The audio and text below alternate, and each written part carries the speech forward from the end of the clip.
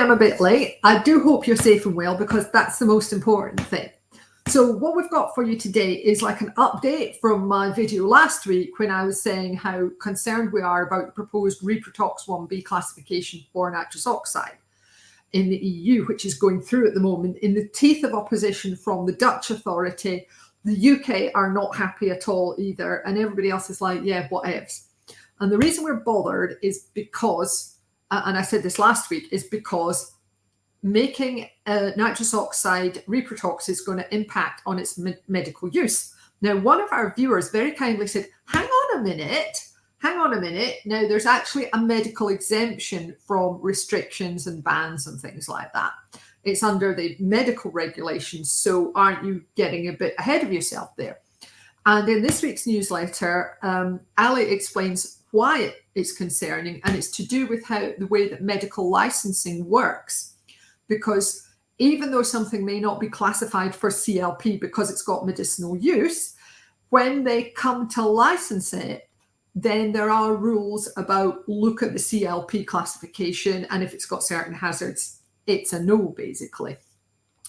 And I'm going to put a link to the sign up for the newsletter, which also gives you access to the archive, where she goes into the details on this. Because I don't want to get it wrong. I don't want to read off what she said in the newsletter. I don't want to get it wrong. But yeah, basically, there are other regulatory consequences which, on the grounds of health and safety for worker exposure, could lead to issues with nitrous oxide going forward.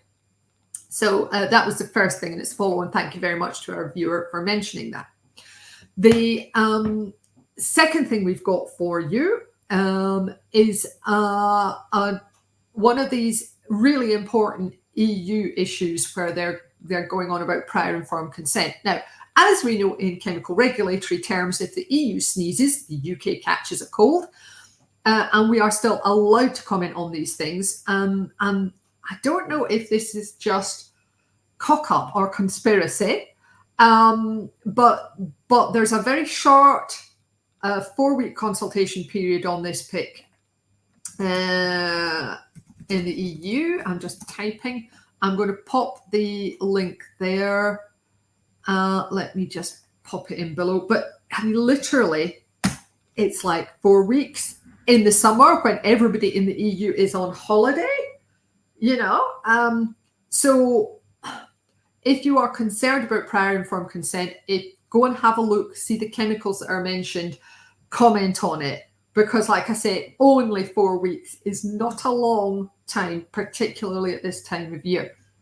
So I just wanted to sort of flag that one up for you.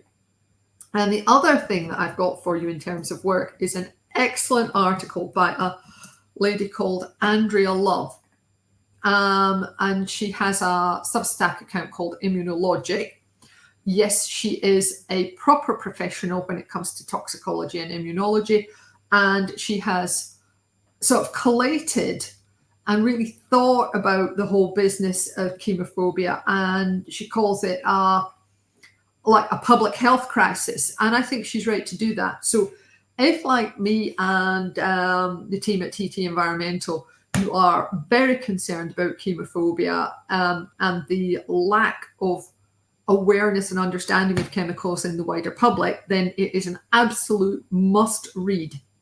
It's an excellent article. It's quite long, but it does go through absolutely everything that happens and some of the consequences. So thank you very much, Andrea, for that, because it's heartening to have it identified so clearly, and hopefully it will give the rest of us courage to speak out on the misuse of chemistry, the misunderstanding of chemistry and physics that we come across just about every working day if you're active on social media.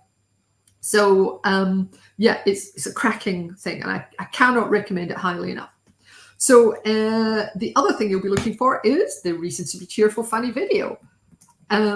Today is the first day of the Olympics in Paris. And of course, I am going to give you a video I've given you before because it is so funny, but it's Monty Python Olympics.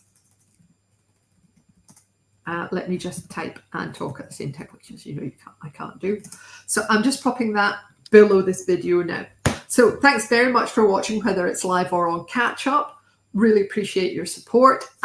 Take care of yourselves, and I look forward to chatting to you again next week if we're spared.